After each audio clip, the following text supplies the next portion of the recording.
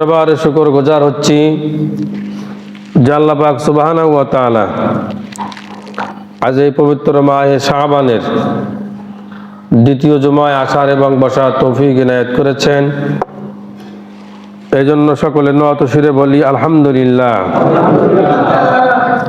লক্ষ্য করে দরুদ ও সালাম পেশ করেছি যিনি তাজদারে মদিনা সাইয়্যিদুল মুরসালিন খাতামান নবিয়্যিন রাহমাতাল লিল আলামিন শাফি আল মুজনবিন সরকার দু আলম আশরাফুল আম্বিয়া হাবিব কিবরিয়া নবী মুহাম্মদ রাসূলুল্লাহ সকলে বলি সাল্লাল্লাহু আলাইহি ওয়াসাল্লাম।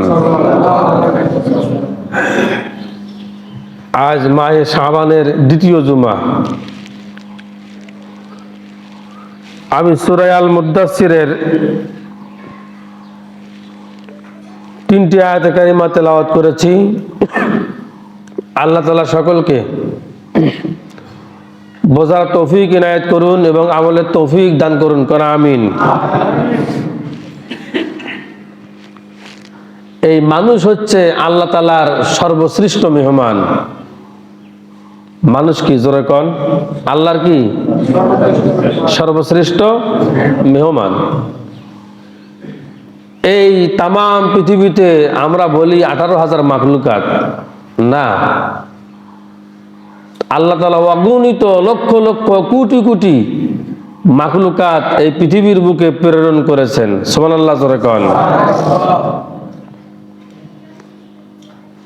নির্ধারিত একটি সময় নিয়ে নির্ধারিত একটি সময় রেখাকে আমরা সামনে রেখে বলি 18,000, কিন্তু 18,000 মাখলুকাত নয়, 18,000-এর থেকেও অগণিত কোটি কোটি মাখলুকাত এই পৃথিবীর বুকে আল্লাহ তাআলা প্রেরণ করেছেন। তার মধ্যে আল্লাহর আদরের মাখলুকাত হচ্ছে এই ইনসান।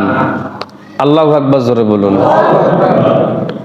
এই মানুষ হচ্ছে আল্লাহর সবচাইতে শ্রেষ্ঠ মেহমান। এই মানুষকে আল্লাহ তাআলা সৃষ্টি করে, এই মানুষকে আল্লাহ তাআলা এই পৃথিবীর বুকে প্রেরণ করে এমনি এমনি ছেড়ে দেয় নাই।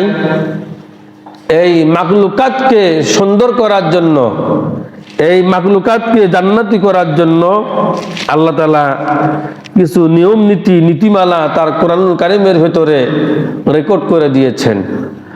আমরা যদি এই নীতিমালা, এই আইন এবং এই বিধান যদি মানি, তাহলে আমরা আল্লাহর কাছে চমৎকার হয়ে যাব, আমরা আল্লাহর কাছে প্রিয় হয়ে যাব এবং আমরা সকলে জান্নাতি হয়ে যাব। কন্যা আমিন। সূরা আত-তিন আল্লাহ তাআলা বলেছেন লাকাদ খালাকনাল ইনসানা ফি আহসানি তাকওয়িম। এই মানুষকে আমি আল্লাহ তাআলা সুন্দর করে বানিয়েছি। সুবহানাল্লাহ জোরে বলুন। এই মানুষকে আল্লাহ তাআলা কি করে বানিয়েছেন? সুন্দর করে বানিয়েছেন। আমাদের থেকে শক্তিশালী প্রাণী, আমাদের থেকে শক্তিশালী জীব, জোরে বলুন তো, আল্লাহর আকাশের নিচে জমিনের উপরে আছে না নাই? আছে। শক্তিশালী বাদ দিলাম, একটা মশা দুটা আঙ্গুলের মাঝে চাপ দিলেই সে শেষ হয়ে যায়। কি যায় কি যায় না? এই ছোট্ট একটি মশার ভয়ে আমরা রাত্রিতে মশারি না টানিয়ে ঘুমাতে পারি না, মশারি টানিয়ে ঘুমাতে হয়।